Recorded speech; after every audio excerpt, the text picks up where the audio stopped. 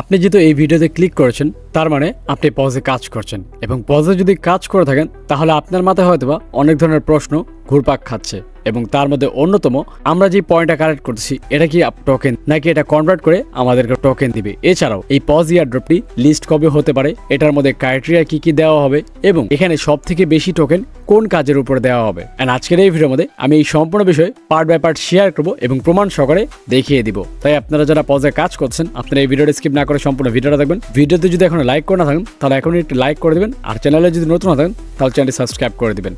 Hello guys, আসসালামু আলাইকুম, it's me Arif Ahmed, ফিরে আসছি enter power.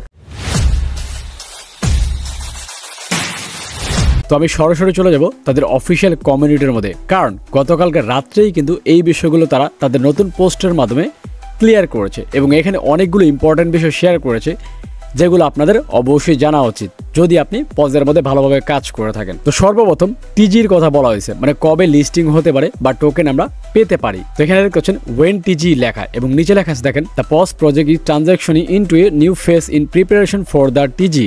This process take time as we want to ensure everything is perfect shape. Also, this question may have already been answered in our previous post. মানে তারা বলতেছে তাদের previous পোস্টের মধ্যে তারা কিন্তু অ্যান্সার দিয়েছে কখন টিজি করবে এবং এই পোস্টের মধ্যে তারা আবারও বলতেছে তাদের টোকেন জেনারেশন ইভেন্টের যে বিষয়টা, মানে টোকেন আমাদেরকে যে দিবে সেই বিষয়টা, তারা বলতেছে এটার জন্য একটু সময় লাগতে পারে, কারণ তারা চাচ্ছে যখন টিজি স্টার্ট করবে তখন যাতে খুব সুন্দরভাবে আমরা সকলে ভালোভাবে টোকেন পাই এবং ন্যায্যভাবে টোকেন পাই, মানে যারা জেনুইনভাবে কাজ করতেছে তারা যাতে ভালো পরিমাণ টোকেন এখান থেকে কালেক্ট করতে পারে, যার কারণে একটু সময় লাগবে। এবং এই জিনিসটা দেখে আমার মনে হচ্ছে পজ ইয়ারড্রপটা লিস্ট হতে পারে ফেব্রুয়ারি অথবা মার্চে, তবে মার্চটা অনেক বেশি মনে হচ্ছে, কিন্তু কপাল ভালো থাকলে ফেব্রুয়ারিতেও হয়ে যেতে পারে। তবে এটা নিয়ে আপনার মতামত কি, কখন লিস্ট হতে পারে সেটা কমেন্টস করে অবশ্যই জানাবেন। তারপরে বলা হচ্ছে দেখেন, what the criteria for the airdrop, মানে কি ক্রাইটেরিয়া দেওয়া হচ্ছে ইয়ারড্রপের জন্য এবং নিচে কিন্তু সেটাও তারা উল্লেখ করে দিয়েছে। তাদের যে ওয়েবসাইট সেখানে কিন্তু একটা টাস্ক দেওয়া হয়েছিল যেখানে ওয়ালেট কানেক্ট করতে বলছে এবং আপনাদেরকে আপনাদের অ্যাকাউন্ট ভেরিফাই করতে বলছে।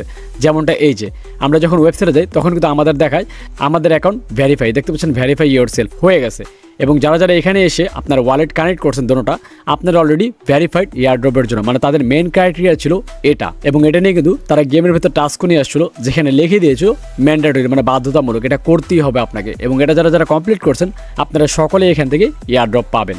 এটা হচ্ছে তাদের মূল ক্রাইটেরিয়ার মধ্যে পড়ে। পরবর্তীতে যদি অন্য কোনো ক্রাইটেরিয়া নিয়ে আসে সেটা তারা হয়তো বা গেমের মধ্যে জানিয়ে দিবে। এরপরে দেখেন এখানে কি লেখছে, তারা বলতেছে how many paws token will I receive if have 100K paws point. এই জিনিসটা শুনে আশা করি বিষয়টা বুঝতে পারছেন, আমরা যে ইয়ারড্রপের মধ্যে কালেক্ট করছি এটা কিন্তু মেন টোকেন না, এটাকে কনভার্ট করে আমাদেরকে টোকেন দেওয়া হবে এবং তারা বলতেছে এখানে যে আমাদের কাছে যদি 1 লক্ষ পজ পয়েন্ট থাকে তাহলে আমরা কত টোকেন পেতে পারি। তো বেসিক্যালি দেখেন এখানে তারা বলতেছে আমাদের যে পজ টোকেনটা সেটা ডিপেন্ড করবে আমাদের কাজের উপর। এখন দেখেন অ্যাক্টিভিটি কি কি আছে এখানে, নাম্বার অফ ওয়েস্ট কমপ্লিট, মানে কতগুলো টাস্ক আপনি কমপ্লিট করছেন, তারপর participation in project listed on pause road map. পজের যে রোড ম্যাপটা দেওয়া হয়েছে আপনার ফুটপ্রিন্ট, যে এখানে ক্লিক করে দেখতে পারবেন আপনারা এই ফুটপ্রিন্টের মধ্যে আপনি কতগুলো এয়ারড্রপের মধ্যে কাজ করছেন সেটার উপর ডিপেন্ড করে কিন্তু আপনাকে একটা টোকেন দেওয়া হবে। এর পাশাপাশি আপনি কতজনকে ইনভাইট করেছেন এবং তারা কি অ্যাক্টিভ কিনা, তারা যদি অ্যাক্টিভ থাকে তাহলে এখান থেকে ভালো পরিমাণ টোকেন আপনি কালেক্ট করতে পারবেন। এর পাশাপাশি ভোটিং মেডালস অ্যান্ড মোর, মানে সামনে আরো অনেক কিছু আসতে যাচ্ছে যেগুলো করেও আমরা এখান থেকে ভালো পরিমাণ টোকেন কালেক্ট করতে পারবো। এবং ভোটিং এর যে কথাটা বলা হচ্ছিল কিছুদিন আগে কিন্তু গেমের ভিতরে অনেক ধরনের ভোটিং এর বিষয় আসছিল যেখানে আমরা এক্স এম্পায়ারকে ভোট দিয়েছিলাম, বাম্পসকে ভোট দিয়েছিলাম, সেটাই কিন্তু এখানে তুলে ধরা হয়েছে। সো যারা যারা ভোটিং করেছিলেন স্টার দিয়ে আপনারাও এখান থেকে ভালো পরিমাণ টোকেন পেয়ে যাবেন। সো আশা করি বিষয়টা বুঝতে পারছেন কোন কোন জিনিসের উপর আপনাকে সব থেকে বেশি টোকেন দিবে এবং আমরা যেটা কালেক্ট করছি এটা কিন্তু পয়েন্ট। তবে এখানে একটা মজার বিষয় হচ্ছে আমরা আরেকটা টোকেন পেয়েছিলাম ট্রানজ্যাকশন করে, যেটা দেখতে পাচ্ছেন এটা হচ্ছে ডাব্লু পাস। এখন আমার কেন জানি মনে হচ্ছে এটাও টোকেন হতে পারে, তবে এটা 100% শিওর না, হলে হতেও পারে। এখন দেখা যাক পরবর্তীতে তারা কনভার্ট করে আমাদেরকে কত টোকেন দেয়, তখনই আমরা বুঝতে পারবো যে আসলে মেন টোকেন কোনটা হতে পারে, এটা অথবা এটা কনভার্ট করে আমাদেরকে আলাদা করে টোকেন দিতে পারে।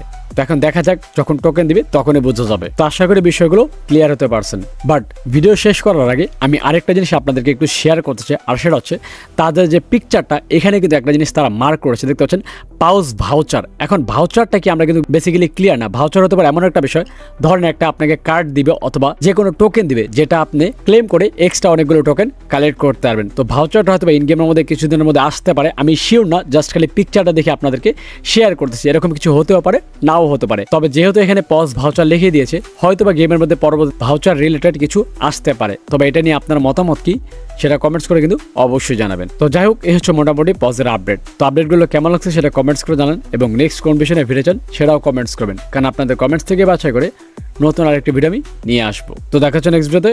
সে মধ্যে ভালো থাকবেন, সুস্থ থাকবেন। আল্লাহ হাফেজ।